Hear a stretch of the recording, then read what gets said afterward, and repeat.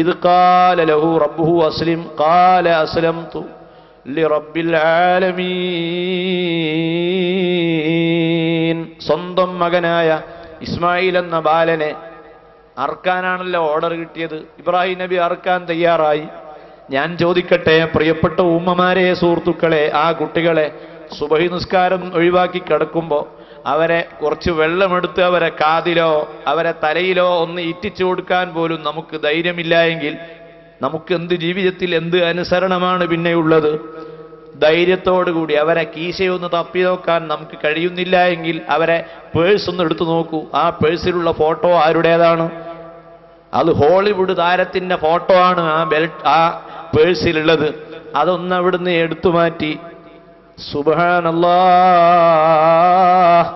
ഏതെങ്കിലും അഹ്ലു ബൈത്തിൽപ്പെട്ട മഹാന്മാരുടെ പൊരുത്തമുള്ള ചെറിയൊരു 10 ഉറുപ്പികയുടെ നോട്ടെങ്കിലും ആ പേഴ്സിന്റെ ഉള്ളിൽ തിരികെ വെച്ച് ബർക്കത്ത് നേടാൻ വേണ്ടി നമ്മളെ കുട്ടികൾക്ക് നമ്മൾ പഠിപ്പിച്ചു കൊടുക്കണം. സഹോദരന്മാരെ, സുഹൃത്തുക്കളെ, സാമ്പത്തികമായിട്ട് വളരെ പ്രയാസവും വിഷമവും ഉണ്ടായപ്പോ സയ്യിദ് ഫളുൽ പൂക്കോയത്തങ്ങൾ, മഹാന്മാരായ അഹ്ലു ബൈത്ത്, അവരെല്ലാം നല്ല വലിയ ആളുകളാണ്. ജമലുല്ലൈൽ തങ്ങളും പാണക്കാട് ഹുസൈൻ ശിഹാബ് തങ്ങളും തുടങ്ങി അലി ബാഫക്ക് തങ്ങൾ, കുറേ സയ്യിദുമാരുണ്ടല്ലോ.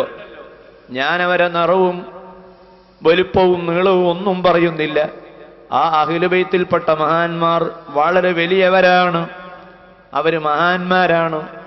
ഫضൽ തങ്ങളുടെ സമീപത്ത് പോയിട്ട് ഒരു 10 ഉറുപ്പിക മന്ദിരിച്ച് വാങ്ങി. അത് ബെൽറ്റിൽ അവിടെ വെച്ച്, പേഴ്സിൽ വെച്ച്. അല്ലാഹ്, അതിനുശേഷം തിടുക്കവും കടവും വന്നിട്ടില്ല. ഇങ്ങനെയല്ലേ നമ്മൾ ജീവിക്കേണ്ടത്? നമ്മളെ കുട്ടികളെ നമ്മൾ നല്ലവരായി വളർത്തണം. ഇടക്കിടക്ക് സ്വാലിഹീങ്ങളെ സമീപത്ത് അവരെ കൊണ്ടുപോകണം. മഖാമുകളിൽ അവരെയും കൊണ്ടുപോയി സിയാറത്ത് ചെയ്യിക്കണം. അവരെ നല്ല സ്വാലിഹീങ്ങളെ സമീപത്ത് കൊണ്ടുപോയി ആ സയ്യിദുമാരെ കൊണ്ട് അവരെ തലയിൽ മന്ദിരിപ്പിക്കണം. ഇതെങ്കിലും ചെയ്യുന്നില്ല എങ്കിൽ നമുക്കെങ്ങനെ മഹാന്മാരെ മാതൃക ലഭിക്കും? ഖലീലുല്ലാഹി ഇബ്രാഹിം നബി അലൈഹിസ്സലാം അനുസരണത്തിന്റെ വിഷയത്തിൽ, അച്ചടക്കത്തിന്റെ വിഷയത്തിൽ ഷീൽഡ് വാങ്ങിയ ആളാണ്. ആ ഷീൽഡ് വാങ്ങിയ ഇബ്രാഹിം നബി അലൈഹിസ്സലാമിന് ഒരു സർട്ടിഫിക്കറ്റ് ലഭിച്ചു, ഒരു അംഗീകാരം ലഭിച്ചു. ആ അംഗീകാരമാണ്, ആ ആദരവാണ്. ഇബ്രാഹിം നബി അലൈഹി സ്വലാത്തു വസ്സലാമിനെ അള്ളാഹു ഖലീലായി തെരഞ്ഞെടുത്തു. ലഇൻ കാന ഇബ്രാഹീമു അൽഹാ ഖലീലനാ വഅൻത ഖലീലുൻ ഇൻദനാ വഹബീബു. ഇബ്രാഹിം നബിയുടെ പേര് കേൾക്കുമ്പോൾ, ഇബ്രാഹിം നബി അലൈഹിസ്സലാം ഖലീലാണെന്ന് പറയുമ്പോൾ മുഅ്മിനീങ്ങളുടെ മനസ്സിൽ തോന്നിപ്പോകരുത് നബി സല്ലല്ലാഹു അലൈഹി വസല്ലമ അല്പം താഴെയാണെന്ന് തോന്നിപ്പോകരുത്. നബി തങ്ങൾ ഖലീലുമാണ്, ഹബീബുമാണ്.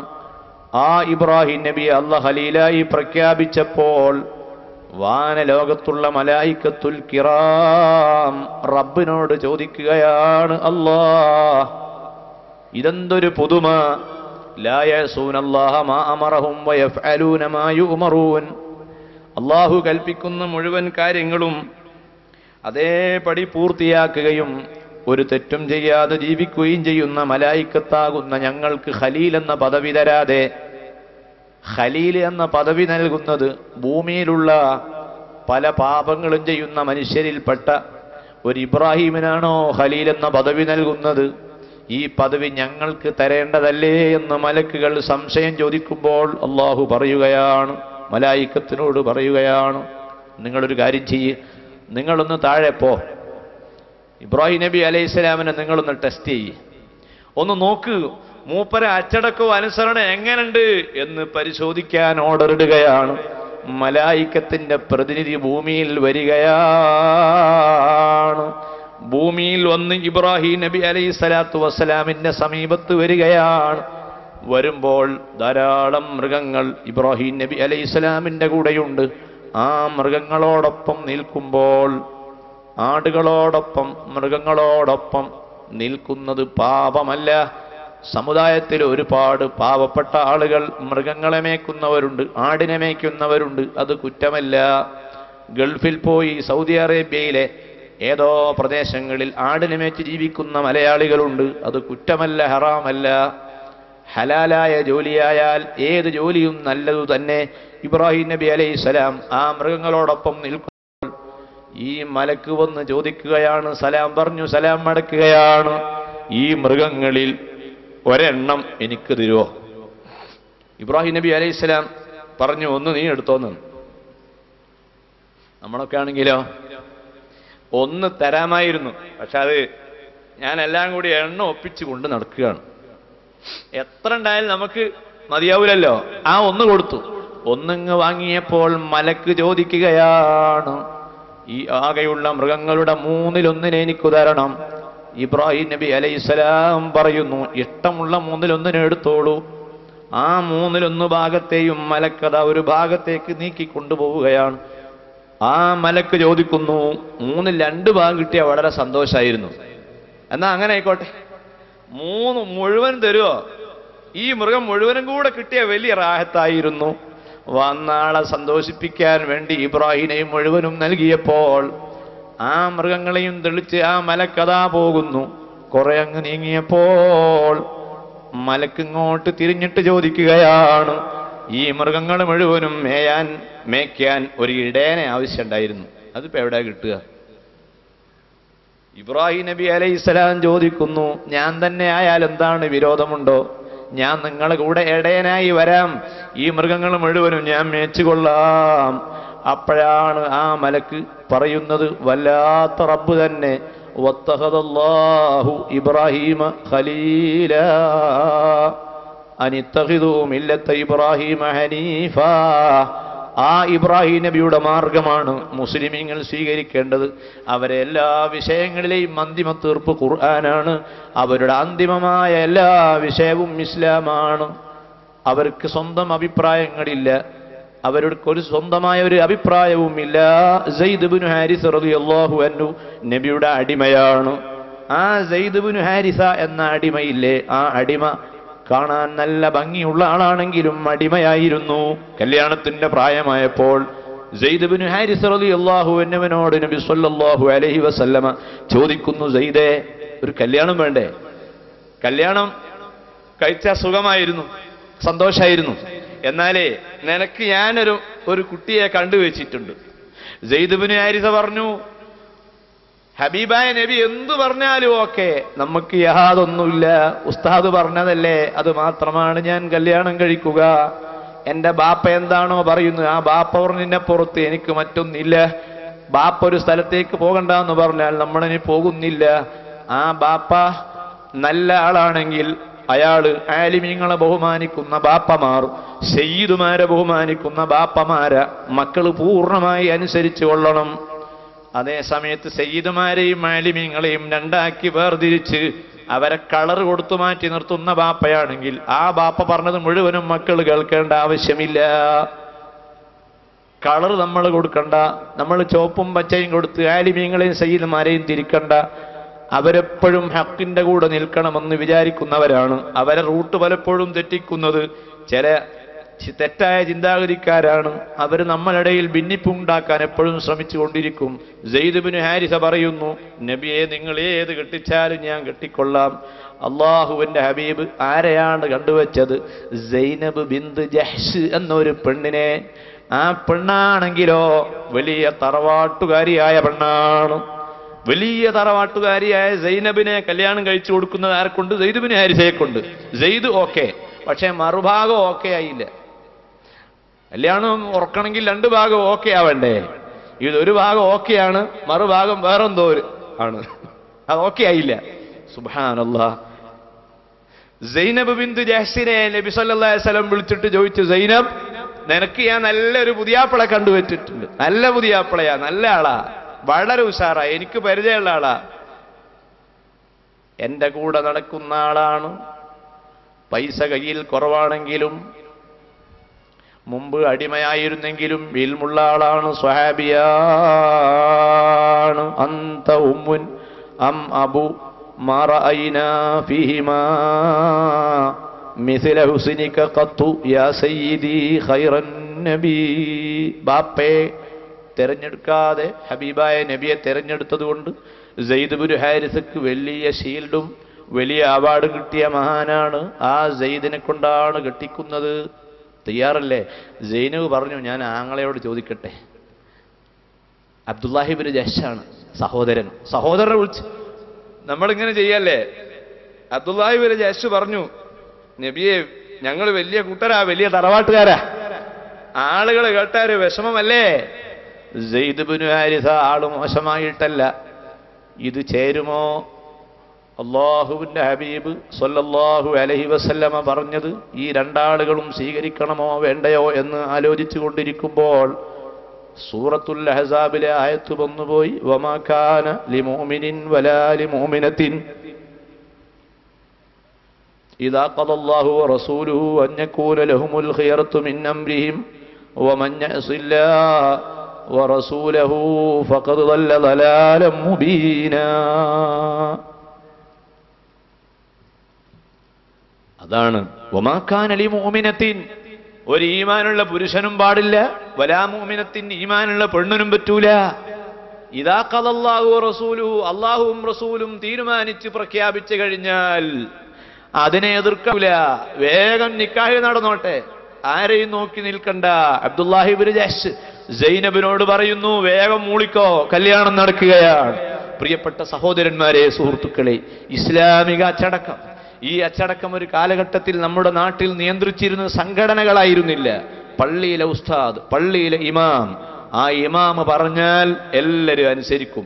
ആ ഒരവസ്ഥയിലേക്ക്, ആലിമീങ്ങൾ പറഞ്ഞാൽ അനുസരിക്കുന്ന അച്ചടക്കത്തിലേക്ക് അള്ളാഹു ഈ സമുദായത്തെ എത്തിച്ചു തരട്ടെ. അത് ഛിന്ന ഭിന്നമാക്കാൻ വേണ്ടി ശ്രമിച്ച എല്ലാ ഫിത്നക്കാരുടെ ശർറിൽ നിന്നും അള്ളാഹു തആല മുസ്ലിം ഉമ്മത്തിനെ കാത്ത് രക്ഷിക്കുമാറാകട്ടെ. ജാബിർ ഇബ്നു അബ്ദുല്ലാഹി റളിയല്ലാഹു അൻഹുവിന്റെ ചരിത്രം നോക്കൂ സഹോദരന്മാരെ, സുഹൃത്തുക്കളെ. ജാബിർ ഇബ്നു അബ്ദുല്ല, സ്വഹീഹ് മുസ്ലിം ഉദ്ധരിച്ച ഹദീസ്. ജാബിർ ഇബ്നു അബ്ദുല്ലാഹി റളിയല്ലാഹു അൻഹുവിന് ഒരൊട്ടകമുണ്ട്.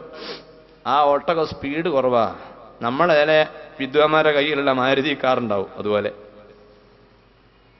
അത് മതി, ബർക്കത്തുള്ള വണ്ടിയാ. എല്ലാം ബർക്കത്ത് തന്നെ, അള്ളാഹു എന്ത് വന്നാലും ബർക്കത്ത് തന്നെ. ആ വണ്ടിയിൽ ഇങ്ങനെ പോകുമ്പോൾ മുന്നിലുള്ള സ്വീകരണ പരിപാടിക്ക് എല്ലാ വണ്ടിയും റെഡിയായി ലൈനിൽ ഇങ്ങനെ പോകുമ്പോൾ നമ്മളെ വണ്ടി ഇങ്ങനെ പിന്നോട്ടാണ്. അതിൻ്റെ ഗിയറിലും വീഴുന്നില്ല, സ്പീഡും കിട്ടുന്നില്ല, കണ്ണാടി വീണുപോയി. ഗിയർ വലിച്ചപ്പോൾ ഗിയർ തന്നെ മൊത്തം കയ്യിലിങ്ങ് പോന്ന്. ഈ ജാതി വണ്ടികളൊക്കെ ഉണ്ടാവുമല്ലോ, ബേജാറാവണ്ട. ആ വണ്ടിയൊക്കെ നന്നാക്കാനുള്ള പരിപാടി ഉണ്ട്. ഓട്ടോമൊബൈൽസ് അങ്ങനെ ഒരു സെക്ഷൻ തന്നെ ഉണ്ട്. അത് നന്നാക്കാനുള്ളൊരു മാർഗമുണ്ട്. ജാബിർ ഇബ്നു അബ്ദുല്ലാഹി റളിയല്ലാഹു അൻഹു ഹബീബായ നബി സല്ലല്ലാഹു അലൈഹി വസല്ലമയുടെ കൂടെ അങ്ങനെ പോവുകയാണ്. റസൂലുള്ളാഹിന്റെ വണ്ടി വളരെ ഉഷാറുള്ള വണ്ടിയാ. ബുറാഖ് എന്ന വണ്ടി വരെ ആ നബിക്കല്ലേ അള്ളാഹ് കൊടുത്തത്. നമ്മൾ അസൂയപ്പെട്ടിട്ട് കാര്യമല്ല, അള്ളാഹ് കൊടുത്തതാ, സ്പെഷ്യലാ. വേറെ എത്രയോ വണ്ടികൾ, എത്രയോ ഒട്ടകങ്ങളും കുതിരകളും നബിക്കല്ല നൽകിയിട്ടുണ്ട്. വഅതാകൽ ഔദു യബ്കി വതദല്ലൽ ബൈന യദൈക വസ്തജാറക മിൻഹു യാ ഹബീബി ഇൻദകൽ ബയുന്നഫൂറു. മാൻ പേട ആ നബിയുടെ മുൻപിൽ വിനയത്തോടെ വന്നു. ഒട്ടകം നബിയുടെ മുൻപിൽ താഴ്മയോടെ വന്നു. അള്ളാഹുവിന്റെ ഹബീബിന് ഏത് ഒട്ടകവും ഏത് വാഹനവും വഴിപ്പെടും. അവിടുന്നും സ്വഹാബത്തും സഞ്ചരിക്കുമ്പോൾ ജാബിർ ഇബ്നു അബ്ദുല്ലാഹി റളിയല്ലാഹു അൻഹുവിന്റെ വാഹനത്തിന് സ്പീഡില്ല. ഉടനെ ജാബിർ റളിയല്ലാഹു അൻഹു വലിയ ബേജാറായി. പടച്ചവനെ, നേതാവിന്റെ കൂടെ റസൂലുള്ളാഹിന്റെ കൂടെ പോകുമ്പോൾ നമ്മളെ വണ്ടി പിന്നിലായി പോയല്ലോ. ബേജാറോടെ നിൽക്കുമ്പോൾ ആരോ പറഞ്ഞു, നീ ദുഃഖിക്കണ്ട, ഇതാ റസൂലുള്ളാഹിന്റെ സമീപത്തുനിന്ന് പോ, അവിടുന്ന് പരിഹാരമുണ്ടാക്കി തരുന്നതാണ്. അള്ളാഹുവിന്റെ ഹബീബിന്റെ സമീപത്ത് ഒട്ടകത്തെ കാണിച്ചപ്പോൾ സഹീഹ് മുസ്ലിമിൽ കാണാം, ഫമസഹ, അവിടുന്ന് ആ ഒട്ടകത്തിന്റെ ശരീരത്തിലൊന്ന് തടകിയപ്പോൾ ഒട്ടകത്തിന് സ്പീഡ് കൂടിയിട്ട് എല്ലാ ഒട്ടകത്തിന്റെയും മുന്നിൽ ജാബിറിന്റെ ഒട്ടകത്തി. ഇദ്ദേഹത്തിന്റെ ഒട്ടകമാണ് ഇപ്പൊ എല്ലാ ഒട്ടകത്തിന്റെയും മുന്നിലുള്ളത്. അങ്ങനെ വേഗത കൂടിയപ്പോൾ നബി സല്ലല്ലാഹു അലൈഹി വസല്ലമ ജാബിറിനോട് ചോദിക്കുന്നു, അത്ബിഉ, നിന്റെ ഒട്ടകത്തെ നീ എനിക്ക് വിൽക്കുമോ? ജാബിർ പറയുന്നു, നബിയേ, ഞാനിത് വിൽക്കുന്നില്ല. കാരണം നല്ല സ്പീഡുള്ള ഒട്ടകമാണ്, അതുകൊണ്ട് വിൽക്കുന്നില്ല. ഈ സ്പീഡ് ഉണ്ടായതെങ്ങനെ? അത് നബി സല്ലല്ലാഹു അലൈഹി വസല്ലം തടകിയിട്ടുണ്ടായ സ്പീഡാ. എന്നിട്ട് ജാബിർ പറയാ വിൽക്കുന്നില്ല. അള്ളാഹുവിന്റെ ഹബീബ് ചോദിക്കുന്നു, നിനക്ക് ഞാൻ വില തരാം, സംഖ്യ തരാം.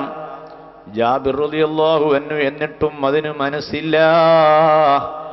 അള്ളാഹുവിന്റെ ഹബീബ് തടകിയ ഒട്ടകം ബർക്കത്തിന് വേണ്ടി സൂക്ഷിക്കണമെന്ന് വിചാരമാണ്, അല്ലാതെ നബിതങ്ങൾ പറഞ്ഞത് അനുസരിക്കാതിരിക്കാനല്ല. അവിടുന്ന് തൊട്ട ബർക്കത്തുള്ള വണ്ടി നമ്മളെ കയ്യിൽ നിൽക്കട്ടെ എന്ന് വിചാരിച്ചിട്ടാണ്. അവസാനം നബി സല്ലല്ലാഹു അലൈഹി വസല്ലമ പിന്നെയും പറയുന്നു, ജാബിറേ, നിനക്ക് ഞാൻ വില തരാം. അങ്ങനെ അതിന് വില നിർണയിച്ചു. ആ ഒട്ടകത്തെ അതാ നൽകുന്നു. 300 ദിർഹം അതിന് പ്രതിഫലമായി അങ്ങോട്ട് നൽകുന്നു. അത് കീശയിലിട്ട് ഇങ്ങനെ എണ്ണി നോക്കുകയാണ് ജാബിർ റളിയല്ലാഹു അൻഹു. ഒട്ടകം നബിയുടെ സമീപത്ത്, ക്യാഷ് ഇതാ ജാബിറിന്റെ കീശയിൽ. ഉടനെ തന്നെ നബി സല്ലല്ലാഹു അലൈഹി വസല്ലം പറയുന്നു, ജാബിറേ, ഈ പണം നിനക്ക് തന്നതുപോലെ ഒട്ടകവും ഞാൻ നിനക്ക് നൽകിയിരിക്കുന്നു, രണ്ടും നീ എടുത്തോ. ജാബിർ റളിയല്ലാഹു അൻഹു അത്ഭുതപ്പെടുകയാണ്, ഇതെന്താണ് റബ്ബേ ഇങ്ങനെ? അവിടുന്ന് പറയുന്നു, ലില്ലദീന അഹ്സനുൽ ഹുസ്നാ വസിയാദത്തുൻ വലാ തർഹഖു വുജൂഹും വലാ ഖതറും വലാ ദില്ലാ. ആരെങ്കിലും ഒരു മനുഷ്യൻ ഇസ്ലാമിന്റെ നിയമപ്രകാരം ജീവിച്ചാൽ, അള്ളാഹുവിന്റെ കൽപ്പനക്ക് വഴിപ്പെട്ടാൽ, നബിയുടെ നിർദ്ദേശം വഴിപ്പെട്ടാൽ, അവന് 2 പ്രതിഫലം ഉണ്ട്. 2 പ്രതിഫലമുണ്ട്. പള്ളിക്കു നൽകി, മദ്രസക്ക് നൽകി, പ്രസ്ഥാനത്തിനു നൽകി. ഒരാൾ നൽകിയില്ല, മറ്റേയാൾ നൽകി. നൽകിയാൽ ആ നൽകിയവന് ഇരട്ടിക്കൂലിയാണ്. ആ ഇരട്ടിക്കൂലി ഉണ്ടെന്ന് അള്ളാഹ് പറഞ്ഞത് ഈ ആയത്തിലൂടെയാണ്. ആ ആയത്തിന്റെ അർത്ഥം ഞാൻ നിനക്കൊന്ന് ബയാൻ ചെയ്തു തന്നതാണ്. അതുകൊണ്ട് നിന്റെ ഒട്ടകവും നീ എടുത്തോ, ഈ സംഖ്യയും നീ എടുത്തോ. സഹീഹ് മുസ്ലിമിൽ ഹദീസ് കാണാം. പ്രിയപ്പെട്ട സുഹൃത്തുക്കളെ, അച്ചടക്കത്തോടുകൂടിയുള്ള, അനുസരണത്തോടുകൂടിയുള്ള ജീവിതം. വാക്കിൽ അത് വേണം. നമ്മളെ ഓരോ വാക്കിലും അച്ചടക്കം വേണം, അച്ചടക്കം പാലിക്കണം. ബസ് ബസ്സിന് കയറിയിട്ട് ഒരാൾ വിളിച്ച് മുന്നിലുള്ള ആളോട് പറയാണ്, പിന്നെ നിന്റെ ടിക്കറ്റ് ഞാൻ എടുക്കട്ടോ. അപ്പൊ അവിടെ നിന്ന് ഇങ്ങോട്ട്, വേണ്ട എൻ്റെ ഞാൻ എടുക്കും, നിന്റെ ഈ എടുത്തോ. അലഗ്. അപ്പൊ മൂന്നാമതൊരാള്, നിങ്ങളുടെ രണ്ടാമതും ഞാൻ കൊടുക്കും. ഈ ബഹളെല്ലാം കൂടി നടക്കുമ്പോ അതേ ബസ്സിലെ വേറൊരു സീറ്റിലിരുന്ന് ഒരാള് ഹദ്ദാദ് റാത്തീബ് ചെല്ലുന്നുണ്ട്. അയാൾ ഇങ്ങനെ നോക്കുകയാണ്, എന്താ ഇവിടെ ഒരു ഒച്ചപ്പാട്? ഓരോരോ മനുഷ്യന്മാര് അവരിങ്ങനെ ശപിക്കുകയാണ്. ബസ്സിൽ കയറിയാൽ അച്ചടക്കം വേണം, ഹോട്ടലിൽ കയറിയാൽ അച്ചടക്കം വേണം. ഒരു ചെറിയ കൗണ്ടർ അവിടെ കിട്ടി, ഞാൻ ബാഗ് കൊട അത് അവിടെ വെക്ക്, ഇവിടെ വെക്ക്, എല്ലാം കൂടി ഒച്ച ഉണ്ടാക്കിയിട്ട് ആകെ അങ്ങോട്ട് കൊളാക്കുകയാണ്. ശബ്ദങ്ങൾ, അത് ശബ്ദത്തിൽ മിതമായ ശബ്ദം. നബി സല്ലല്ലാഹു അലൈഹി വസല്ലമയുടെ ശബ്ദമാണ് ഏറ്റവും മാതൃകക്ക് പറ്റിയ ശബ്ദം. വലാ തജ്ഹറൂ ലഹു ബിൽ ഖൗൽ ലാ തർഫഉ അസ്വാതകും ഫൗക സൗത്തിൻ നബിയ്യി. നബി സല്ലല്ലാഹു അലൈഹി വസല്ലമയുടെ ശബ്ദത്തെക്കാൾ ശബ്ദം ഉയർത്താൻ പാടില്ല. നബിയുടെ ശബ്ദം എത്രയായിരുന്നു? ഒരു പഠനം, ഒരു അന്വേഷണം. ഹബീബിന്റെ ശബ്ദം എത്രയാണ്? ആ ശബ്ദത്തെക്കാൾ നമ്മളെ ശബ്ദം ഉയരാൻ പാടില്ല. നബിയുടെ ശബ്ദം ഞാൻ പറഞ്ഞുതരാം. 2 ആൾ കേൾക്കാൻ നബി സല്ലല്ലാഹു അലൈഹി വസല്ലം സംസാരിക്കുമ്പോൾ 2 ആൾ മാത്രമേ കേൾക്കൂ. 3 ആളോട് സംസാരിക്കുമ്പോൾ നബി സല്ലല്ലാഹു അലൈഹി വസല്ലമയുടെ സംസാരം 3 ആൾ മാത്രമേ കേൾക്കൂ. 4 പേരോട് സംസാരിക്കുമ്പോൾ 4 ആൾ മാത്രമേ കേൾക്കേണ്ടതുള്ളൂ. 40 ആളോട് സംസാരിക്കുമ്പോൾ ഇസ്മാഉ 40 40 ആളെ കേൾപ്പിക്കണം. 40-ലധികം ആളുണ്ടെങ്കിലോ അതിനനുസരിച്ചൊരു ചെറിയ മൈക്ക് സെറ്റോ മറ്റോ വെച്ച് ശബ്ദം കേൾപ്പിക്കണം. 40 വരെ സ്വന്തം ശബ്ദത്തിൽ ഖതീബ് കേൾപ്പിക്കുക. 40-ലധികം ആളുണ്ടെങ്കിൽ കമ്മിറ്റിയോട് ആവശ്യപ്പെടാം, ചെറിയൊരു ഉപകരണം വെച്ചാൽ ഉപകാരമായിരുന്നു. ഇതാണ് ഇസ്ലാമിക സമൂഹത്തിന്റെ ശബ്ദത്തിന്റെ വോൾട്ടേജ്, ഈ വോൾട്ടേജിൽ അപ്പുറം കൂടിപ്പോയാൽ പള്ളിയിലെ ഉസ്താദിനെ നോമ്പ് തുറക്കാൻ വേണ്ടി വിളിക്കാൻ വേണ്ടി ഒരാൾ വന്നതാണ്. ഹൗലിന്റെ അടുത്ത് വന്നിട്ട്, അല്ല സക്കാഫി ഇവിടെ അല്ലേ, ഒന്നിവിടെ വരാൻ പറയും, നിങ്ങൾ ഇങ്ങോട്ട് കയറിക്കൂടെ? ഞാൻ പിന്നെ ഇപ്പൊ കയറാൻ പറ്റാത്തൊരു സിറ്റുവേഷൻ അല്ല, അതിനെ പറ്റി ഒന്ന് രണ്ട് ഇംഗ്ലീഷും നമ്മളിൽ ഉണ്ടാവുമല്ലോ. അയാളെന്തോ പിന്നെ ഷോലിലാണെങ്കിൽ വീണ്ടും ഇവിടുന്ന് വിളിച്ച് ബഹളം ഉണ്ടാക്കുകയാണ്. ശബ്ദം നമ്മൾ പ്രത്യേകം ശ്രദ്ധിക്കണം. ബഹുമാനപ്പെട്ട അബൂ ഹനീഫ റഹ്മത്തുള്ളാഹി അലൈഹിന്റെ ചരിത്രത്തിൽ കാണാം, അദ്ദേഹം മിതഭാഷിയായിരുന്നു, സംസാരം തുടങ്ങാറില്ല, അങ്ങോട്ട് സംസാരിച്ചാൽ മാത്രം ചെറിയ മറുപടി പറയും. ഷാഫി ഇമാമാകട്ടെ അങ്ങനെയൊക്കെ സംസാരിക്കുന്ന മഹാന്മാർക്ക് അള്ള വലിയ പൊരുത്തം കൊടുത്തിട്ടുണ്ട്. ശബ്ദം നമ്മൾ കുറക്കണം. ആ ശബ്ദത്തിന്റെ പവർ ഞാനിപ്പോഴും ആലോചിക്കുകയാണ്. കൊല്ലങ്ങൾക്ക് മുൻപ് ഒരു പള്ളിയിൽ നല്ല ശബ്ദമാധുര്യമുള്ള ഒരു മനുഷ്യനുണ്ട്. ആ മനുഷ്യനോട് പള്ളിയിൽ ഇമാമത്ത് നിൽക്കാൻ ആളുകൾ ആവശ്യപ്പെട്ടു. നിങ്ങളൊന്ന് ഇമാമത്ത് നിന്നാൽ നാട്ടുകാർക്കൊക്കെ വളരെ സുഖമാണ്, സന്തോഷമാണ്, നിങ്ങളുടെ ശബ്ദം നല്ല ശബ്ദമായതുകൊണ്ട് ഒന്ന് ഇമാമത്ത് നിൽക്കുവോ എന്നൊരു സ്വാലിഹായ മനുഷ്യൻ ഈ ശബ്ദമാധുര്യമുള്ള ആളോട് ചോദിച്ചു. ഇയാൾ പറഞ്ഞു, എനിക്ക് കഴിയില്ല, എനിക്ക് ജലദോഷം. ഇങ്ങനെ പ്രസംഗത്തിന് ക്ഷണിക്കുമ്പോഴൊക്കെ ജലദോഷം പറഞ്ഞു ഒഴിഞ്ഞു മാറുന്ന ആളുകളുണ്ട്. ഇയാൾ ഇമാമത്തിന് തയ്യാറായില്ല. അവസാനം ആ കമ്മിറ്റി ഭാരവാഹികൾ ആ പള്ളിയിലേക്ക് ശബ്ദമാധുര്യമുള്ള ഒരാളെ കിട്ടാൻ വേണ്ടി വളരെ പ്രയാസപ്പെട്ടു. കൊല്ലങ്ങൾ അധികമൊന്നും കഴിഞ്ഞില്ല.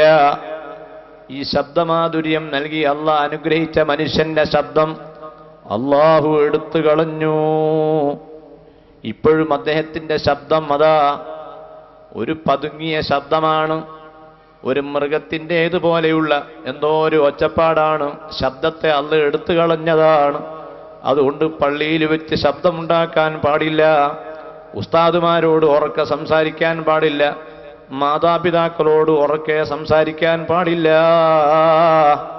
ഈ മര്യാദ മുസ്ലിമീങ്ങൾ പഠിക്കണം. നമുക്ക് ബസ്സിലായാലും കാറിലായാലും അങ്ങാടിയിലായാലും അവിടെ ഒന്നും ഉയർത്താനുള്ളതല്ല നമ്മളെ ശബ്ദം ഉയർത്താൻ പറ്റിയ ഒരു സന്ദർഭമുണ്ട്. അതേതാണെന്നറിയാമോ? ഇദന്തുഹിക്കത്ത് ഹുറുമാത്തുല്ലാഹ്, അള്ളാഹുവിന്റെ ഹുറുമത്തുകൾ എവിടെയെങ്കിലും പിച്ചി ചീന്തപ്പെട്ടാൽ അവിടെ നമുക്ക് ശബ്ദമിടാം. അള്ളാഹു ആദരിച്ച ഏതെങ്കിലും ഒരു വസ്തുവിനെ, ഏതെങ്കിലും ഒരു നേതാവിനെ, ഒരു ആലിമിനെ, ഒരു ഉസ്താദിനെ, അല്ലെങ്കിൽ ഹബീബായ റസൂലുള്ളാഹി സ്വല്ലല്ലാഹു അലൈഹി വസല്ലമയെ ഒരാളുണ്ടിങ്ങനെ ആക്ഷേപിക്കുന്നു, ചീത്ത പറയുന്നു, ആ സമയത്ത് ശബ്ദമുയർത്തിയിട്ട് പ്രതികരിക്കാവുന്നതാണ്. കാരണം അത് അള്ളാഹുവിന് വേണ്ടിയുള്ള ശബ്ദമാണ്. മാതാപിതാക്കളോട് ശബ്ദിക്കുമ്പോൾ അവരെ ശബ്ദത്തേക്കാൾ നമ്മളെ ശബ്ദം ഉയരാൻ പാടില്ല. ബാപ്പയോടും ഉമ്മയോടും ശബ്ദിക്കുമ്പോൾ നമ്മളെ ശബ്ദമൊന്ന് താഴണം. സുബ്ഹാനല്ലാഹ്, ഞാനിപ്പോഴും അഭിമാനിക്കുകയാണ്. എൻ്റെ ബാപ്പ എന്നോട് സംസാരിക്കുന്ന ഏതെങ്കിലും ഒരു ഘട്ടത്തിൽ പോലും ആ ബാപ്പയുടെ ശബ്ദത്തേക്കാൾ എൻ്റെ ശബ്ദം, അള്ളാഹുവാണ് സത്യം, ഉയർന്നിട്ടില്ല എന്നിപ്പോ അഭിമാനത്തോടെ ഞാൻ പറയുന്നു. കാരണം എൻ്റെ ബാപ്പ മാത്രമായിരുന്നില്ല, എൻ്റെ ഉസ്താദ് കൂടിയായതുകൊണ്ട് കിട്ടിയാൽ 2 പൊരുത്തം, പോയാലോ 2 നഷ്ടം. അല്ലാഹു തആല അദ്ദേഹത്തിന്റെ ഖബർ പ്രകാശം കൊണ്ട് നിറക്കട്ടെ. നമ്മളെ മാതാപിതാക്കളെയും നമ്മയും അല്ലാഹു സ്വർഗത്തിന്റെ അവകാശികളാക്കി തരട്ടെ. അവരോട് സംസാരിക്കുമ്പോൾ നമ്മളെ ശബ്ദമുയരാൻ പാടില്ല. നമ്മളൊരു പക്ഷേ പണ്ഡിതനാണ്, ആ ബാപ്പയോ ഇപ്പോഴും ഒരു ചുമട്ടുതൊഴിലാളിയാണ്, അല്ലെങ്കിൽ വയസ്സായി ഒരു പണിയുമില്ല, കഷ്ടപ്പെട്ടിങ്ങനെ കൂടുകയാണ്. ആ ബാപ്പ നമ്മളോട് ചോദിക്കും, എടോ. അപ്പൊ നമുക്ക് തോന്നും, എന്നെ എടോന്നോ? നമ്മൾ പള്ളിയിലെ ഇമാമാണ്, കാളിയ, ബാപ്പക്കെന്തോ വിവരമുണ്ടോ? ഏയ്, ബാപ്പക്ക് നീ ഇപ്പോഴും മകൻ തന്നെയാണ്, നീ അത് മറന്നു പോകണ്ട. വിശുദ്ധ കഅബാലയത്തിലേക്ക് സ്വന്തം ഉമ്മയെ ഹജ്ജിന് കൊണ്ടുപോവുകയാണ്. ആ ഉമ്മയെ കഅബ ശരീഫിന്റെ അടുത്തെത്തിക്കാൻ മകൻ വളരെ പ്രയാസപ്പെട്ടു. ഉമ്മ നടക്കാത്തത് കൊണ്ട് ഉമ്മാനെ ചുമലിലെടുത്തു വെച്ചു. കഅബ ശരീഫിന്റെ അടുത്തെത്തിയിട്ട് ഇറങ്ങാൻ പറഞ്ഞപ്പോൾ ഉമ്മ പറയുന്നു, മോനെ, എന്നെ കൊണ്ട് ഇറങ്ങാൻ കഴിയൂല. ഉമ്മ, നിങ്ങളല്ല പറഞ്ഞത് അവിടുന്ന് പുറപ്പെടുമ്പോൾ അവിടെ എത്തിയാൽ നമ്മളായിക്കോളൂ എന്നല്ലേ പറഞ്ഞത്? ആ കണ്ടീഷനിലല്ലേ നമ്മൾ പുറപ്പെട്ടത്? കവർ അങ്ങനല്ലിട്ട് ഹജ്ജിന്റെ കവറിലെ കയറ്റുമ്പം പറഞ്ഞതാണത്. അവിടെ എത്തിയാൽ ഞാൻ ആയിക്കോളാം. അങ്ങനെ പറഞ്ഞ ഒരുപാട് ആളുകളുണ്ട്. ഉമ്മക്ക് ഏതായാലും ഇത് പറയാലോ. ഉമ്മ പറഞ്ഞു, മോനെ അവിടെ എത്തി അയ്യ നോക്കണ്ട, അവിടെ എനിക്ക് എല്ലാ ആഫിയത്തും കിട്ടും, ഉറപ്പാ. ഇന്ന് അങ്ങനെ ആയിക്കോട്ടെ. കാരണം ഇവന്റെ കൂടെ വേറെ ഉപഗ്രഹങ്ങളുണ്ട്, ഭാര്യയുണ്ട്, വേറെ പലരും ഉണ്ട്. ഇതെല്ലാം വന്ന് നോക്കണ്ടേ. അവിടെ എത്തിയിട്ട് ഉമ്മ ഇറങ്ങുന്നില്ല. ഉമ്മാനെ മെല്ലെ ചുമലിൽ വെച്ച് കഅബ ശരീഫിന്റെ ചുറ്റും അതാ 7 തവാഫ് ചെയ്തപ്പോ ഉമ്മ പറയുന്നു, മോനെ എനിക്ക് ആശ പൂർത്തിയായിട്ടില്ല. ഇബ്രാഹിം നബി അലൈഹിസ്സലാം തവാഫ് ചെയ്ത, മുഴുവൻ അമ്പിയാക്കളും തവാഫ് ചെയ്ത ഈ കഅബ തവാഫ് ചെയ്തിട്ട് ആശ പൂർത്തിയാകുമോ? കുറെ ചുറ്റി എല്ലാം ആശ തീർത്ത് ഉമ്മക്ക് നല്ല റാഹത്തായി. ഉമ്മ പറഞ്ഞു, ഇനി വേണ്ട, ഇനി ഞാൻ റൂമിലിരുന്ന് മുസ്ഹഫ് ഓതിക്കോളാം. ഈ നല്ല മോനാണ്.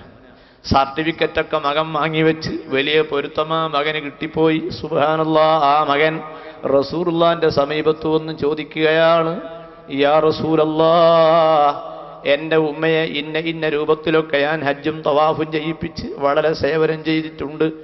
ആ ഉമ്മയും ഞാനും തമ്മിലുള്ള ഹക്ക് ഇതോടുകൂടി അവസാനിക്കുമോ നബിയേ? അള്ളാഹുവിന്റെ ഹബീബിന്റെ മറുപടി, ഇല്ല മോനെ, ഒരിക്കലും പൂർത്തിയാവുകയില്ല. ആ ഉമ്മയും ബാപ്പയും നിന്നെ വളർത്തുന്ന സമയത്ത് നീ ഇങ്ങനെ വളരണമെന്ന വിചാരത്തോടു കൂടിയാണ് ഉമ്മയും ബാപ്പയും നിന്നെ വളർത്തിയത്. നീ ഇപ്പൊ അങ്ങോട്ട് നോക്കുന്നതോ ആ ഉമ്മയും ബാപ്പയും ഒന്നും മരിച്ചു കിട്ടിയാൽ അങ്ങനെ ഉണ്ടല്ലോ. ഉസ്താദെ ബാപ്പക്ക് എങ്ങനെയുണ്ട്? ഉസ്താദെ സുഖമുണ്ട്, സുഖനുണ്ടാവണ്ട ഉസ്താദെ. അങ്ങനെ പറയുന്നില്ലേ ബ്രേക്കറ്റിലെ? മരിക്കാൻ വേണ്ടി നിങ്ങളിത് വേറെക്കണം എന്ന അർത്ഥത്തിലാണ് ഉമ്മനെയും ബാപ്പനെയും നമ്മൾ നോക്കിക്കൊണ്ടിരിക്കുന്നത്. ഞാൻ പറഞ്ഞു വരുന്നത്, അവരെ മുമ്പിൽ അവരെ വെറുപ്പിക്കുന്ന ഒരൊറ്റ ശബ്ദവും പാടില്ല. ഫലാത്ത കുല്ലഹുമാ ഉഫിൻ. നമ്മളെ സംസാരത്തിൽ മണക്കുന്നു എന്ന് പറയാൻ പാടില്ല. ഉഫിൻ എന്ന വാക്കിന്റെ ഒരു അർത്ഥം മണക്കുന്നു എന്ന് പറയാൽ മൂക്കോണ്ടേ അങ്ങനെയുണ്ടല്ല, അവര് മൂത്രിക്കുകയും കാഷ്ടിക്കുകയും ചെയ്യുമ്പോണ്ടാവും ആ മണം അങ്ങനെ പ്രകടിപ്പിക്കലാണ്. ആകെ മൂത്രിച്ചല്ലേ, രാവിലെ കംപ്ലീറ്റ് വൃത്തിയാക്കിയാ ഞാൻ പോയത്. വെള്ളം കുടിക്കണ്ടെന്ന് പറഞ്ഞാൽ പിന്നെയും കുടിക്കും. ഞാൻ പറഞ്ഞതാ എനിക്ക് കൊടുക്കരുത് എന്ന്. ആരാ പറയുന്നത്? വലിയ ഉഷാറ് ടെറസ് വീടൊക്കെ ഉണ്ടാക്കി ഇപ്പൊ ഗൾഫിൽ നിന്ന് ഇങ്ങോട്ട് വന്നതാ. ബാപ്പ മുഴുവനും ഇവന്റെ അടിയിലാണെന്നാണ് അവന്റെ വിചാരം. പ്രിയപ്പെട്ട സുഹൃത്തുക്കളെ, സംസാരമൊന്ന് കുറക്കണം, കലാമൊന്ന് കുറക്കണം. ഷാഫി ഇമാം പറഞ്ഞതുപോലെ ഖൈറുൽ കലാമി അസ്സുംതു. സംസാരത്തിൽ ഏറ്റവും നല്ല സംസാരം മൗനമാകലാണ്. മൗനത്തിന് വളരെ ഭംഗിയുണ്ട്. മൗനമായി നിന്നാൽ വളരെയധികം വിജയമുണ്ട്. പറയേണ്ട സമയത്ത് മനസ്സിലൊന്ന് പറഞ്ഞു നോക്കണം. എന്നിട്ട് ഗുണമുണ്ടെന്ന് കണ്ടാലേ പറയാൻ പാടുള്ളൂ. ബഹുമാനപ്പെട്ട മറിയം ബീവി റളിയല്ലാഹു അൻഹയുടെ സമീപത്ത് സ്വന്തം കുഞ്ഞിനെ കണ്ടപ്പോൾ, എങ്ങനെ മറിയമേ നിനക്ക് കുഞ്ഞുണ്ടായി എന്ന് മറിയം ബീവിയോട് ചോദിച്ചപ്പോൾ മറിയം ബീവിയുടെ മറുപടി, ഇന്നി നദർതു ലിർറഹ്മാനി സൗമാ ഫലൻ നുകല്ലിമൽ യൗമ ഇൻസിയാ. എല്ലാറ്റിനും മറുപടി കൊടുക്കരുത്. ആദർശ രംഗത്തായാലും പ്രാസ്ഥാനിക രംഗത്തായാലും റോട്ടിന്റെ സൈഡിലുള്ള ചർച്ചയിൽ നമ്മൾ പങ്കെടുക്കരുത്. ഓവുപാലത്തിന്റെ മുകളിൽ ചർച്ചയിൽ നമ്മൾ സജീവമാകരുത്. തെമ്മാടികൾ എന്തെങ്കിലും പറഞ്ഞാൽ അതിന് മറുപടി കൊടുക്കരുത്. മറിച്ച് മെല്ലെ അവരെ എന്ത് വേണം, അവരാ ലഹരിയെല്ലാം തീർന്ന് കള്ളിന്റെ ലഹരിയിൽ നിന്ന് മുക്തമായാൽ വൈകുന്നേര സമയം മെല്ലെ വീട്ടിലേക്ക് അവരെ വിളിക്കുക. ആ വേണ്ടാത്തത് പറഞ്ഞ കുട്ടീനെ വീട്ടിലേക്ക് വിളിക്കുക. വീട്ടിലേക്ക് വിളിച്ചിട്ട് ഒരു ചായ സാപ്പാട് എല്ലാം കൊടുക്കുക. എന്നിട്ട് പിന്നെ ഇന്ന് രാവിലെ ആ റോഡുമേൽ വെച്ച് എന്തോ സംസാരിക്കുന്നത് കേട്ടു ഞാൻ. പിന്നെ അപ്പൊ ഒന്നും പറയാതിരുന്നതാണ്. എന്നിട്ട് അങ്ങ് തുടങ്ങി അതിന് മറുപടി കൊടുത്താൽ ആ ചെറുപ്പക്കാരനെ ആദർശ രംഗത്ത് നമുക്ക് ഉപയോഗപ്പെടുത്താൻ കഴിയും. മറിയം ബീവി ഒരക്ഷരം മിണ്ടിയില്ല, ഒന്നും പറഞ്ഞില്ല. അവര് ചോദിച്ചു, യാ മറിയമു അന്നാ ലക്കി ഹാദാ, നിനക്കെങ്ങനെ മറിയമേ ഈ കുഞ്ഞനുണ്ടായി? നിനക്ക് ഭർത്താവില്ലല്ലോ. എങ്ങനെ? യാ ഉഖ്ത ഹാറൂൻ മാ കാന അബൂകി ഇംറഅ സൗഇൻ വമാ കാനതു ഉമ്മുകി ബഗിയാ. എന്റെ ബാപ്പ ഒരു തെമ്മാടിയായിരുന്നില്ല, എന്റെ ഉമ്മ ഒരു തേവിടിശിയുമായിരുന്നില്ല. പിന്നെ നിനക്ക് എങ്ങനെ ഈ തോന്നിയാസത്തിലൂടെ കുഞ്ഞനുണ്ടായി? ഒരൊറ്റ വാക്കും മറിയം പറയാത്തത് കൊണ്ട് അള്ളാഹു ചെയ്യുന്ന ഹിക്മത്ത് നോക്കൂ. അള്ളാഹ് വലിയ ഹക്കീമാണ്. സുഹൃത്തുക്കളെ, ഈ റമദാനിൽ നിങ്ങളെ ആരെങ്കിലും ചീത്ത പറഞ്ഞാൽ മറുപടി പറയണ്ട. ഉമ്മ നിങ്ങൾ എന്തെങ്കിലും പറഞ്ഞാൽ ഉമ്മനോട് മറുപടി പറയണ്ട. ഉസ്താദ് പറഞ്ഞാലും മറുപടി പറയണ്ട. അതാണല്ലോ മൂസ നബി അലൈഹിസ്സലാമും ഖദർ അലൈഹിസ്സലാമും കൂടിയുള്ള ആ യാത്രയിൽ അങ്ങനെ പോയിട്ട് فوجد عبدا من عبادنا آتيناه رحمة من عندنا وعلمناه من لدنا علما. ഖദർ അലൈഹിസ്സലാമിന്റെ അടുത്തെത്തി. ഖദർ അലൈഹിസ്സലാം മൂസ അലൈഹിസ്സലാമിനെ വിളിച്ചിട്ട് പറഞ്ഞു, നമ്മൾ പോവുക. സുബ്ഹാനല്ലാഹ്, ആരാണ് ഈ മൂസ അലൈഹിസ്സലാം എന്ന് പറഞ്ഞ ആൾ? ഇത്ര ധൈര്യമുള്ള ആളാണ്. നിങ്ങളറിയോ പ്രിയപ്പെട്ട സഹോദരിമാരെ, സ്വന്തം ഭാര്യയ്ക്ക് ഗർഭമാണ്, പൂർണ്ണ ഗർഭമാണ്. മദീന എന്ന് പറയുന്ന നാട്ടിൽ നിന്ന് സ്വന്തം ഭാര്യയെയും കൊണ്ട് മൂസാ നബി അലൈഹിസ്സലാം അതാ മിസ്റിലേക്ക് പുറപ്പെടുകയാണ്. ഉമ്മനെ കാണാൻ പോവുക മൂസാ നബി അലൈഹിസ്സലാം. ഉമ്മാന്റെ അടുത്തേക്ക് പോവുക ഭാര്യയെയും കൊണ്ട്. ഭാര്യ പൂർണ്ണ ഗർഭിണിയാണ്. ഭാര്യ ചോദിച്ച് ഭർത്താവിനോട് എങ്ങോട്ടാ പോകുന്നത്? ഭർത്താവിന്റെ മറുപടി, ഉമ്മാനെ, എൻ്റെ ഉമ്മ ഈജിപ്തിലാണുള്ളത്, ആ ഉമ്മനെ ഒന്ന് കാണണ്ടേ. മരുമകളെ ഉമ്മക്കൊന്ന് കാണിച്ചു കൊടുക്കാൻ വേണ്ടി ഉമ്മാന്റെ അടുത്തേക്ക് മരുമകളെ അങ്ങോട്ട് കൊണ്ടുപോവുകയാണ് വേണ്ടത്. മരുമകളെ കാണാൻ വേണ്ടി ഉമ്മനെ അങ്ങോട്ട് കൊണ്ടുവരികയല്ല വേണ്ടത്, അങ്ങോട്ട് കൊണ്ടുപോയി. ഗർഭിണിയാണ്.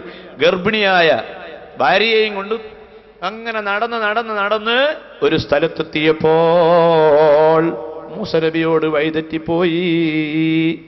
കുറെ ആടുകളുണ്ട് കൂടെ. ആടുകളൊക്കെ ചിഹ്നം അങ്ങോട്ടും ഇങ്ങോട്ടും ആയിപ്പോയി, ചിതറിപ്പോയി. നല്ല ഇരുട്ടും നല്ല തണുപ്പും. അങ്ങനെ അതാ ഒരു മലയുടെ താഴെ എത്തിയപ്പോൾ അടിവാരത്തെത്തി. അതിനപ്പുറം മലപ്പുറ പിന്നുള്ളത്. മലപ്പുറത്തേക്ക് നോക്കിയപ്പോൾ അവിടെ ഒരു വെളിച്ചം കണ്ട്. മലപ്പുറത്ത് വെളിച്ചം കണ്ടപ്പോൾ, ഇതൊക്കെ ഖുർആനിലുള്ള സംഭവമാണ്, സൂറത്തുൽ ഖസസിൽ ഇതെല്ലാം പറയുന്നുണ്ട്.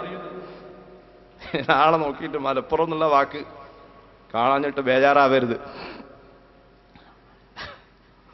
തൂർ പർവ്വതനിര, ആ മലയുടെ മുകളിൽ ഒരു വെളിച്ചം കണ്ടപ്പോൾ ഇത് ഖാല മൂസാ ലിഅഹ്ലിഹിം ഖുസൂ ഇന്നി അറാനാറാ. ഓ പ്രിയപ്പെട്ട ഭാര്യ, ഇവിടെ നിൽക്ക്. അപ്പോഴേക്ക് ഭാര്യ പ്രസവിച്ചിട്ടുണ്ട്. പ്രസവിച്ചു, പ്രസവം നടന്നു. ആ പെറ്റ കുഞ്ഞിനെയും കൊണ്ടും ആ ഭാര്യ അവിടെ അങ്ങനെ കൂടുമ്പോൾ ഭർത്താവ് പറയുന്നത് എന്താണ്? ഭാര്യയോട് ഭർത്താവിന് സ്നേഹം വേണം, നല്ല സ്നേഹം വേണം. പ്രസവിച്ച് കിടക്കുന്ന ഭാര്യ, ആ ഭാര്യയ്ക്ക് ആവശ്യമായ തീ കൊടുക്കണം, ചൂട് കൊടുക്കണം, ചായ കൊടുക്കണം, എല്ലാം കൊടുക്കണം. പ്രസവിച്ചപ്പോ കുട്ടിയാണോ പെണ്ണോ എന്ന് നോക്കിയിട്ടല്ല സേവനം ചെയ്യേണ്ടത്. അവള് പിന്നെയും പെറ്റത് അവളെ ജാതി തന്നെയാ. നമ്മളോരോരോ തലയിലെ വര. പെൺകുട്ടി ജനിച്ചാൽ ബർക്കത്ത്, ആൺകുട്ടി ജനിച്ചാൽ ഖൈറ്, അങ്ങനെയാണ് മുദ്രാവാക്യം. പെൺകുട്ടി ജനിച്ചാൽ ബർക്കത്ത്, ആൺകുട്ടി ജനിച്ചാൽ ഖൈറ്. മൂസ അലൈഹിസ്സലാത്തു വസ്സലാമിന്റെ ഭാര്യ പ്രസവിച്ചു. കുട്ടിയാണോ പെണ്ണോ എന്ന് ദയവായി എന്നോട് ആരും ചോദിക്കരുത്. അത് കണ്ടിട്ടില്ല, കാണാൻ ശ്രമിച്ചു, കണ്ടിട്ട് പറഞ്ഞു തരുന്നതാണ് ഇൻഷാ അല്ലാഹ്. അവനെ കുഞ്ഞനെയും തള്ളയെയും അവിടെ ആക്കി മൂസ അലൈഹിസ്സലാം മലപ്പുറത്തേക്ക് പുറപ്പെടുകയാണ്. അങ്ങോട്ട് പോയി. ഈ സ്ത്രീ എന്തൊരു മര്യാദയുള്ള സ്ത്രീയാണ്. സ്ത്രീകളെ നിങ്ങൾ മനസ്സിലാക്കണം. ആ പെണ്ണ് വളരെ അച്ചടക്കമുള്ളവരാണ്. പോകണ്ട എന്ന് പറഞ്ഞില്ല, പോയി. അവിടെ എത്തിയപ്പോൾ അവിടെ ഒരു തീ കാണുന്നു. മൂസ അലൈഹിസ്സലാമിന് സമാധാനമായി. പടച്ചവനെ, ഈ വെളിച്ചം കിട്ടിയാൽ എനിക്ക് വഴി നോക്കി മരുഭൂമിയിലൂടെ പോകാമല്ലോ. ആ തീയാണെങ്കിൽ ആ തീ കിട്ടിയാൽ എൻ്റെ ഭാര്യയ്ക്ക് അല്പം ചൂട് കൊടുക്കാമല്ലോ.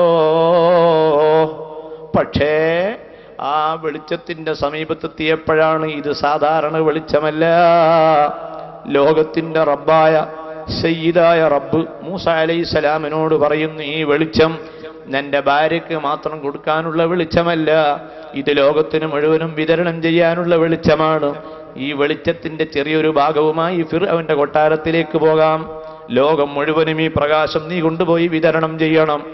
ആ വെളിച്ചം അവിടുന്ന് വാങ്ങി മൂസ നബി അലൈഹിസ്സലാം അതാ പോകുന്നു ഫറോവയുടെ കൊട്ടാരത്തിലേക്ക്.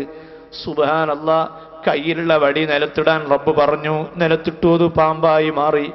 ആ പാമ്പിന്റെ രൂപം പ്രാപിച്ച വടി എടുക്കാൻ വേണ്ടി മൂസാ നബിക്ക് പേടി തോന്നിയപ്പോൾ റബ്ബ് പറയുന്നു, ലാ തഖഫ് സനുഈദുഹാ സീറത്തൽ ഊലാ. പാമ്പാണ്, കടിക്കുമെന്ന് വിചാരിക്കരുത്. നീ നബിയാണ്, ഹിമ്മത്തുള്ള ആളാണ്. ഒരു പാമ്പിന്റെയും വിഷം തന്നെ ബാധിക്കുകയില്ല. ഫറോവയുടെ സമീപത്തേക്കാണ് പോകാനുള്ളത്. പാമ്പിനെ പേടിക്കുന്നവൻ ഫറോവയെ പേടിച്ചു പോകും. അതുകൊണ്ട് പാമ്പിനെ പേടിക്കാത്ത ഒരു ധൈര്യം നിനക്ക് ലഭിക്കണം. നല്ല മനക്കരുത്ത് വേണം. ആ മനക്കരുത്തുണ്ടെങ്കിൽ ഫറോവ പ്രശ്നമല്ല. അത്ര ധൈര്യമുള്ള മൂസ നബി അലൈഹിസ്സലാമാണ് പഠിക്കാൻ പോകുന്നത്.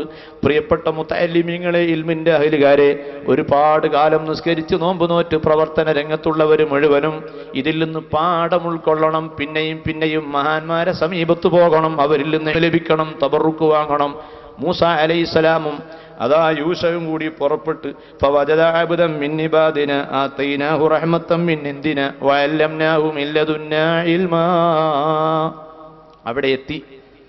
അവിടെ നിന്ന് ഇൽമുകളെല്ലാം വാങ്ങി അവിടുന്ന് ഇൽമു വാങ്ങുന്ന ശ്രമത്തിൽ ഏർപ്പെട്ട് ഒരു കപ്പലിൽ ഇങ്ങനെ യാത്ര പോകുമ്പോൾ ആ കപ്പലിന്റെ ഏറ്റവും ഉയരമുള്ള ഭാഗത്തൊരു ചെറിയ പൈങ്കിളിയെ ഖദർ അലൈഹിസ്സലാം മൂസ നബിക്ക് കാണിച്ചു കൊടുക്കുകയാണ്. ആ പക്ഷി അതാ ആ കപ്പലിന്റെ മുകളിൽ നിന്ന് ഇടയ്ക്കിടെ ബഹറിലേക്ക് പോയി വെള്ളം കൊത്തുന്നു. വെള്ളം മുക്കിയെടുത്ത് പിന്നെയും ആ കപ്പലിന്റെ മുകളിലേക്ക് പോകുന്നു. മൂസ അത് കണ്ടോ? ഈ പക്ഷിയുടെ കൊക്കിൽ ബഹറിന്റെ വെള്ളത്തിൽ നിന്ന് എത്ര ഭാഗമാണ് കൊക്കിൽ വരുന്നത് ഓരോ സമയവും? മൂസ അലൈഹിസ്സലാം പറഞ്ഞു, വളരെ വളരെ വളരെ തുച്ഛം.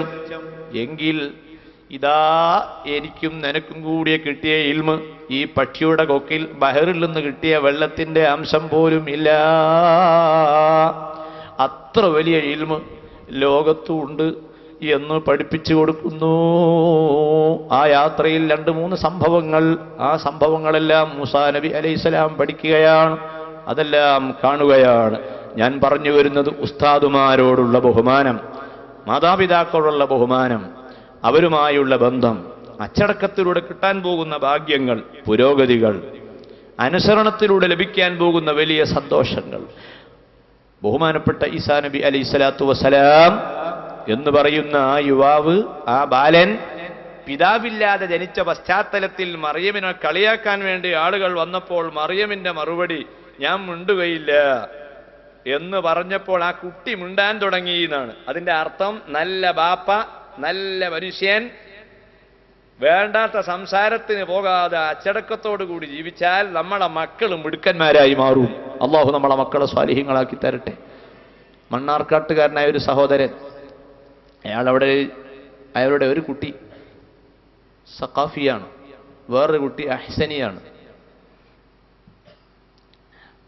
ഇനി ആലിമീങ്ങൾ ഒരുപാട് സനതുള്ളവരുണ്ട്, അവരെല്ലാവരെയും കൂടി പേരെന്താണ് പറയാത്തത് എന്ന് നിങ്ങൾ സംശയിക്കരുത്. ഈ സംഭവത്തിൽ ഈ 2 വരേണ്ടതുള്ളൂ.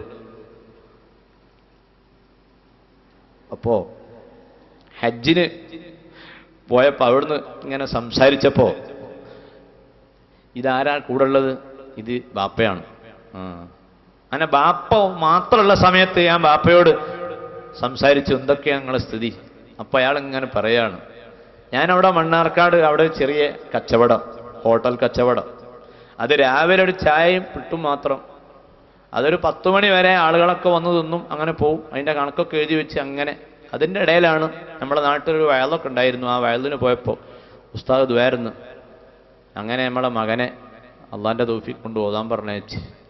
പിന്നെ അതിൻ്റെ താഴെയുള്ളതും അതിൻ്റെ താഴെയുള്ളതൊക്കെ ഇപ്പോൾ എല്ലാം നല്ല ആലിമീകളാണ് എന്ന് ഇയാളിങ്ങനെ കരഞ്ഞുകൊണ്ട് പറയാ.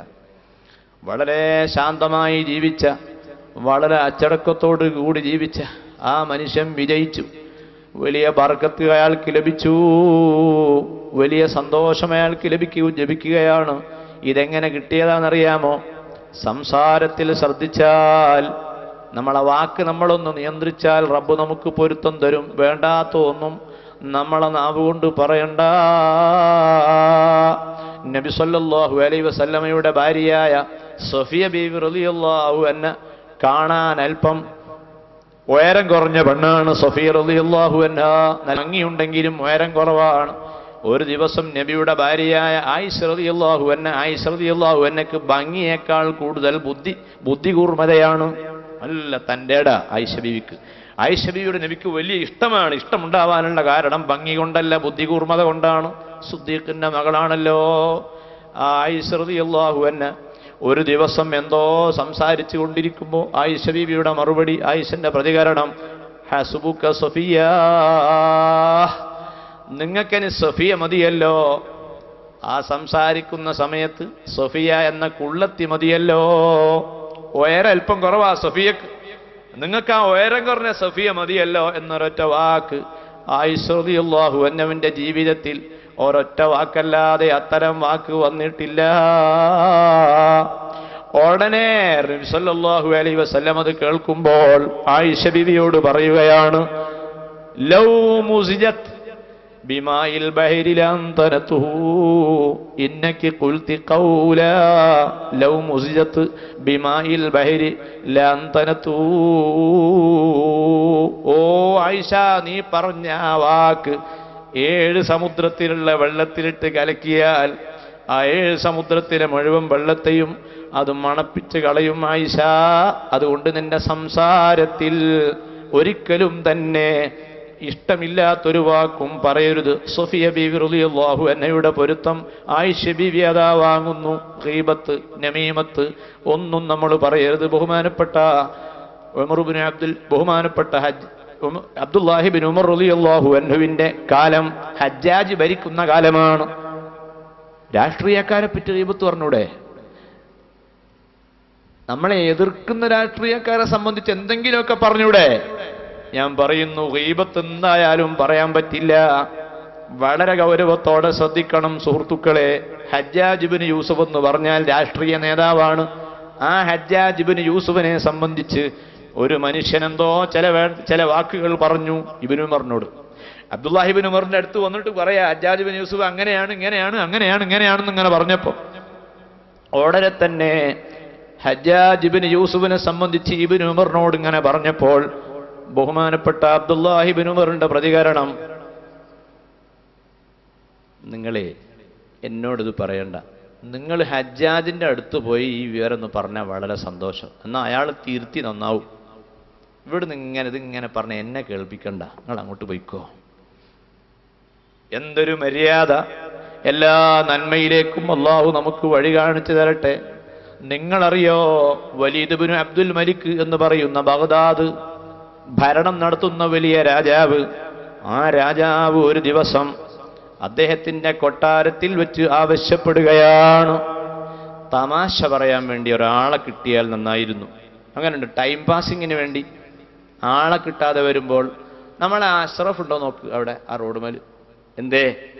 ഒന്നുമില്ല, എന്തെങ്കിലുമൊക്കെ അങ്ങനെ പറഞ്ഞ സമയം കൊണ്ട് പോയി കിട്ടും. ഓ നല്ല ബഡായിന്റെ ആളാ, ചിലര് ബഡായി ചിലര് ചോട്ടായി. ഒരാൾ പോകുന്നുണ്ട്, ഹലോ എന്തൊക്കെ ഹാല്, പോരാ ശരിയാവില്ല. തമാശ പറയാൻ പറ്റിയ ഒരു മഹ്ലൂക്കിനെയും കിട്ടിയില്ല. കുറേ നിന്നപ്പോഴതാ അവസാനം ആരെയും കിട്ടാതെ ബേജാറായി നിൽക്കുമ്പോ ഒരു മനുഷ്യനുണ്ട് ഇങ്ങനെ നടന്നു വരുന്നു. വലിയ പണ്ഡിതനാണ്. അദ്ദേഹത്തിന്റെ പേര് കേട്ടാൽ നിങ്ങൾ അത്ഭുതപ്പെട്ടു പോകും. ബഹുമാനപ്പെട്ട അബൂ ഹനീഫ റഹ്മത്തുള്ളാഹി അലൈഹി പോലും ആദരിച്ച വലിയ പണ്ഡിതനായ അതാ ഇബ്നു അബീ റബാഹ് റളിയല്ലാഹു അൻഹു ആണ്. അദ്ദേഹം ഇങ്ങനെ കടന്നു പോകുമ്പോ ഈ പാറാവുകാരൻ വിളിച്ചിട്ട് പറഞ്ഞു, പിന്നെ ഹലോ ഒന്ന് ഇവിടെ വരണം, രാജാവ് വിളിക്കുന്നുണ്ട് എന്ന്. രാജാവ് വിളിക്കുന്നുണ്ട് എന്ന് കേട്ടപ്പോൾ അതാ ഇബ്നു അബീ റബാഹ്, അക്കാലത്തുള്ള ഭരണാധികാരികൾ വിളിച്ചാലും പണ്ഡിതന്മാര് പോകും. എന്തിന്? നല്ലത് പറഞ്ഞാൽ കേൾക്കും, വേണ്ടാത്തത് പറഞ്ഞാലോ തീർത്തും. ആ കഴിവുണ്ടെങ്കിൽ ഭരണാധികാരിന്റെ സമീപത്ത് പോകാം, മന്ത്രിന്റെ അടുത്ത് പോകാം, മുഖ്യമന്ത്രിന്റെ അടുത്ത് പോകാം, പ്രധാനമന്ത്രിന്റെ അടുത്ത് പോകാം. നല്ലത് പറഞ്ഞാൽ സ്വീകരിക്കുക, നല്ലതല്ലാത്തത് പറഞ്ഞാൽ തിരുത്തുക. ഇതിന് കഴിവുണ്ടെങ്കിൽ എവിടെയും പോകാം. കഴിവില്ലാത്ത ആളുകൾ പോകാതെ എവിടെങ്കിലും കൂടുക നല്ലത്. കഴിവുള്ളവർ പോയിക്കോട്ടെ, നമ്മളതിന് തടയാനും പോണ്ടേ. അതാ ഇബ്നു അബീ റബാഹിലെ പാറാവുകാരൻ വിളിച്ചപ്പോ വല്ല അകത്തേക്ക് അങ്ങ് കയറിയിട്ട് ഒരു കസേര ഇട്ട് കൊടുത്ത് ഹുജ്ജത്തുൽ ഇസ്ലാം അബൂ ഹമീദുൽ ഗസാലി സംഭവം ഉദ്ധരിക്കുന്നത് കാണാം. അവിടെ ഇരുന്ന് ആ കസേരയിൽ അവിടെ ഇരുന്ന് കുറേ സമയം ഇരുന്നിട്ടും എന്തൊക്കെ വിശേഷം? അൽഹംദുലില്ലാ. സുഖം തന്നെയല്ലേ? അൽഹംദുലില്ലാ. ഒക്കെ അൽഹംദുലില്ലാ. ഒരു വർത്തമാനം കൊണ്ട് വീണ് കിട്ടണ്ടേ? ഒരു തമാശ പറയണമെങ്കിൽ തമാശയുടെ മുമ്പുള്ള കുശലാന്വേഷണങ്ങൾക്ക് പോലും വ്യക്തമായൊരു മറുപടി ഇല്ല. കുറേ ഇരുന്നപ്പോൾ ഉടനെ തന്നെ വലീദ് ഇബ്നു അബ്ദുൽ മലിക് പാറാവുകാരനെ വിളിച്ച് പറയുന്നു, ഈ മനുഷ്യനെ ഇവിടുന്ന് മെല്ലെ ഒന്ന് കൊണ്ടുപോകണം. ഇയാള് തമാശ പറയുന്നില്ല, എന്റെ സമയം ഒന്ന് പോകാൻ വേണ്ടിയാണ് നമ്മൾ ഇയാളെ വിളിച്ചത്, ഇയാളൊന്നും പറയുന്നില്ല. പാറാവുകാരൻ ബഹുമാനപ്പെട്ട അതാ ഇബ്നു അബീ റബാഹിന്റെ രണ്ട് കൈയും പിടിച്ച് മെല്ലെ പുറത്താക്കാൻ ശ്രമിക്കുമ്പോഴാണ് അതാ ഇബ്നു അബീ റബാഹ് പറയുന്നു, ഏതായാലും കൊട്ടാരത്തിൽ വന്നില്ലേ, ഇവരുദ്ദേശിച്ച കാര്യം നടന്നില്ലെങ്കിലും നമ്മൾ ഉദ്ദേശിച്ച കാര്യമെങ്കിലും നടത്താതെ അവിടെ പോകാൻ പറ്റൂല. അങ്ങനെയാണ് ചില കാര്യത്തിന് വിളിച്ചിട്ട് അവരുദ്ദേശിച്ചത് നടക്കുന്നില്ലെങ്കിൽ നമ്മുടെ ഉദ്ദേശം നടത്തിയിട്ടേ പോകാവൂ. അത് അച്ചടക്കത്തിന്റെ ഭാഗമാണ്. അതാ ഇബ്നു അബീ റബാഹ് ഒരൊറ്റ വയലങ്ങ് പറഞ്ഞു. ഉമ്മമാരെ, ഒരൊറ്റ വയല് പറയുകയാണ്, ആ രാജാവിന്റെ കൊട്ടാരത്തിന്റെ ഉള്ളിൽ വെച്ച് നീതി പാലിക്കാതെ ഭരണം നടത്തുന്ന ഭരണാധികാരികൾക്ക് നാളെ ജഹന്നമെന്ന നരകത്തെ അല്ലാഹു അദാബാക്കി വെച്ചിട്ടുണ്ട്. അല്ലാഹു അവന്റെ പരിശുദ്ധ ഖുർആനിൽ പറഞ്ഞിട്ടുള്ള നരകത്തെ സംബന്ധിച്ചുള്ള ഭാഗങ്ങൾ, മഹ്ശറയെ സംബന്ധിച്ചുള്ള ഭാഗങ്ങൾ, ഏത് രാജാവിനെയും കുലുക്കാൻ പറ്റിയ ഭാഗങ്ങൾ ഖുർആനിലുണ്ടല്ലോ. വയൗമ നുസയ്യിറുൽ ജിബാല വതറൽ അർള ബാരിസതൻ വഹശർനാഹും ഫലം നുഗാദിർ മിൻഹും അഹദാ. സൂറത്തുൽ കഹ്ഫിൽ നരകത്തെപ്പറ്റി മഹ്ശറയെ പറ്റിയുള്ള ഭാഗങ്ങളുണ്ട്. അതൊക്കെ അങ്ങനെ വായിക്കുമ്പോൾ നമ്മളെ ഖൽബ് കുലുങ്ങണം. ബഹുമാനപ്പെട്ട അതാ ഇബ്നു അബീ റബാഹ് നരകത്തെപ്പറ്റി അങ്ങ് പറഞ്ഞപ്പോൾ വലീദ് ഇബ്നു അബ്ദുൽ മലിക് എന്ന രാജാവ് ബോധം കെട്ട് വീണുപോയി. നിലത്ത് വീണ് കിടക്കുകയാണ്. നിലത്ത് വീണുപോയി. മരിച്ചോ അല്ല എന്ന് രണ്ടഭിപ്രായത്തിലാ വീണത്. ഒരനക്കവും ഇല്ല. അങ്ങനെ കിടക്കുമ്പോ അതാ ഇബ്നു അബീ റബാഹ് ഇങ്ങനെ വയല് പറയുന്നു, രാജാവ് മരിച്ചതുപോലെ വീണ് കിടക്കുന്നു. അപ്പോഴാണ് കൊട്ടാരത്തിലേക്കൊരു പണ്ഡിതൻ കയറി വരുന്നു. ഉമർ ഇബ്നു അബ്ദുൽ അസീസ്. ഉമർ ഇബ്നു അബ്ദുൽ അസീസ് കയറി നോക്കുമ്പോൾ നല്ല രംഗമാണ്. ഉസ്താദ് വയല് പറയുന്നു, രാജാവ് വീണ് കിടക്കുന്നു. ഉമർ ഇബ്നു അബ്ദുൽ അസീസ് ചോദിച്ചു, അതാ ഇബ്നു അബീ റബാഹിനോട് ചോദിച്ചു, അഖതൽത, നിങ്ങൾ ഈ മനുഷ്യനെ കൊന്നതാണോ? ഉടനെ തന്നെ അതാ ഇബ്നു അബീ റബാഹ് പറയുന്നു, ഇല്ല, ഞാൻ കൊന്നിട്ടില്ല, ഞാൻ അദ്ദേഹത്തിന് ഉപദേശിച്ചതാണ്. എന്ന് മാത്രമല്ല, ഉമർ ഇബ്നു അബ്ദുൽ അസീസ് റളിയല്ലാഹു അൻഹുവിന്റെ കയ്യിന്മേൽ ബഹുമാനപ്പെട്ട അതാ ഇബ്നു അബീ റബാഹ് തന്റെ വലത്തെ കൈകൊണ്ട് ഒരൊറ്റ ഞെക്കുന്നു. ഞാൻ കൊന്നിട്ടില്ല, ഞാൻ ഉപദേശം നൽകിയതാ, ചാൻസ് കിട്ടിയപ്പോ നല്ല വയല് പറഞ്ഞതാ, ആ വയല് കേട്ടപ്പോ രാജാവ് കുലുങ്ങി വീണതാ എന്ന് പറഞ്ഞ ഒറ്റ പിടുത്തം പിടിച്ചു. ഉമർ ഇബ്നു അബ്ദുൽ അസീസ് പറയുന്നു, മരിക്കുന്നത് വരെ ആ ഉമർ ഇബ്നു അബ്ദുൽ അസീസ് പറയുകയാണ്, അതാ പിടിച്ച കൈയിന്റെ വേദന എന്റെ കയ്യിൽ നിന്ന് മാറിയിട്ടില്ല. എന്താ അതാ ഇബ്നു അബീ റബാഹ് തമാശ പറയാത്തത്? സഹീഹുൽ ബുഖാരിയിലില്ലേ നബി സല്ലല്ലാഹു അലൈഹി വസല്ലമ തമാശ പറഞ്ഞ സംഭവം എത്രയോ ഉണ്ട്. എന്താ ഇവിടെ അതാ പറയാതിരുന്നത്? ഞാൻ എന്തെങ്കിലും തമാശ പറഞ്ഞാൽ, കളവെന്തെങ്കിലും അതിൽ കൂട്ടേണ്ടി വന്നാൽ അതിന്റെ പേരിൽ ഞാൻ കുറ്റക്കാരനായി മാറുമല്ലോ എന്ന ഭയം കൊണ്ടാണ് തമാശ പറയാത്തത്. പ്രസംഗിക്കുന്ന ഉസ്താദിന് തമാശ പറയാം, നമുക്ക് മോമിനീങ്ങൾക്കൊക്കെ തമാശ പറയാം, നല്ലതാണ്, തെറ്റൊന്നുമില്ല. എന്നാൽ കളവ് അതിലേക്ക് കൂട്ടേണ്ടി വരുമെന്ന് കണ്ടാൽ തമാശ പറയാതിരിക്കലാണ് നല്ലത്. അങ്ങനെ ജീവിതത്തിലെ സകല മേഖലകളിലും സംസാരങ്ങളിൽ ഉള്ള അച്ചടക്കം മാത്രമാണെന്ന് ഞാൻ പറഞ്ഞത്. പ്രവർത്തനങ്ങളിലും നിലപാടുകളിലുമുള്ള അച്ചടക്കങ്ങൾ വളരെ അനിവാര്യമാണെന്ന് സൂചിപ്പിക്കുന്ന നിരവധി പരാമർശങ്ങൾ ഖുർആനിലും സുന്നത്തിലും ഉണ്ട്. ആ ഭാഗങ്ങളിലേക്കൊന്നും കടന്നിട്ടില്ല. വിശുദ്ധ ഖുർആനിൽ അല്ലാഹു റബ്ബുൽ ഇസ്സത്ത് സൂറത്തുൽ കഹ്ഫിൽ രണ്ട് സഹോദരന്മാരുടെ സംഭാഷണം. ഒരാൾ വലിയ തോട്ടക്കാരൻ, ആ തോട്ടക്കാരൻ ധിക്കാരപരമായി നീങ്ങിയപ്പോൾ അയാളെ അനുജനും അയാളുടെ സുഹൃത്തുമായ സഹോദരൻ ഉപദേശിക്കുന്ന ഭാഗം വിവരിക്കുന്നുണ്ട്. അർഹമുർ-റാഹിമീനായ റബ്ബ് സുബ്ഹാനഹു വ തആല ഈ മജ്ലിസ് അവൻ പൊരുത്തപ്പെടുന്ന മജ്ലിസായി സ്വീകരിക്കുമാറാകട്ടെ. നമ്മുടെ എല്ലാ വിഷയങ്ങൾക്കും പ്രയാസങ്ങൾക്കും ഖുർആൻ കൊണ്ട് അള്ളാഹു നമുക്ക് പരിഹാരം തരട്ടെ. ഈ സദസ്സ്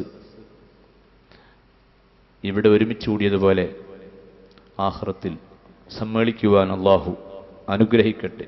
ധാരാളം രോഗികളുണ്ട്, ബർക്കത്തിന് വേണ്ടി വന്നിരിക്കുന്നവരുണ്ട്. അള്ളാഹു തആല അവർക്കും നമുക്കും രോഗങ്ങളെല്ലാം ശിഫയാക്കട്ടെ.